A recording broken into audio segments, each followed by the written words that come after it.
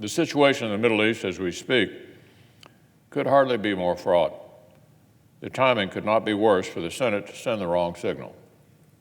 In just the last several hours, we've seen reports that a missile from inside Yemen struck a utility plant in Saudi Arabia. This, after other attacks, almost certainly from the Iran-backed Houthi forces on Saudi Arabia and the UAE, including attacks on civilian vessels and on a civilian airport. So again, Mr. President, just last night, Iran shot down a U.S. intelligence aircraft that was flying in international airspace. So the Senate could hardly pick a worse time for clumsy and ill-considered resolutions that would hurt key relationships in the Middle East. Let's not cut ourselves off from our partners. Let's not undercut the administration at a time of such delicate diplomacy and tension with Iran. So I would ask my colleagues to vote down these resolutions.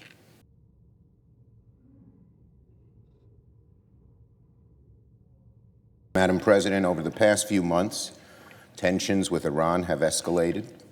There have been a series of attacks on tankers in the Gulf region, and this morning it was reported that Iran has shot down a U.S. drone.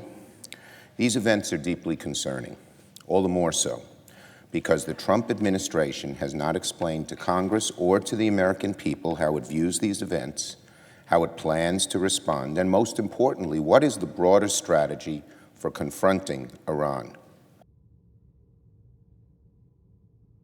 Madam President, and the President, as he seems to, just gets a bug in his head, something he said in the campaign without thinking, and then upends foreign policy. Another example of chaos in this administration. But he's done that. He's done that. And so now the issue is, what is our strategy to deal with the consequences? The American people have to know this. We have seen too many conflicts in the Middle East escalate into war, escalate into a 10-year war. The American people are not for spending fortune and, more importantly, lives of Americans overseas. They want us to focus here at home. But the kind of adventurism, almost unplanned, unthought out, and certainly unexplained adventurism of the President is the wrong way to go and could lead to severe consequences. And I must say, even in closed-door briefings with senators, the administration doesn't have a strategy. Democratic leader. Are we in quorum? We are. I ask unanimous consent. The administration is claiming emergency power and trying to circumvent congressional review of these arms sales. That premise must be rejected. It sets a dangerous precedent for congressional oversight of future arms sales and can lead to renewed conflicts.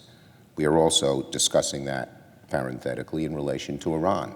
Should Congress have some say there, and you'll hear more from me later on that.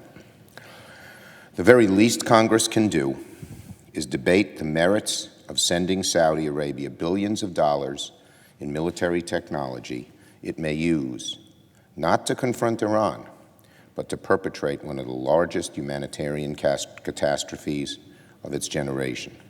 Saudi Arabia, even though they be an ally, must be held accountable for its human rights abuses in Yemen and the grotesque murder of Jamal Khashoggi.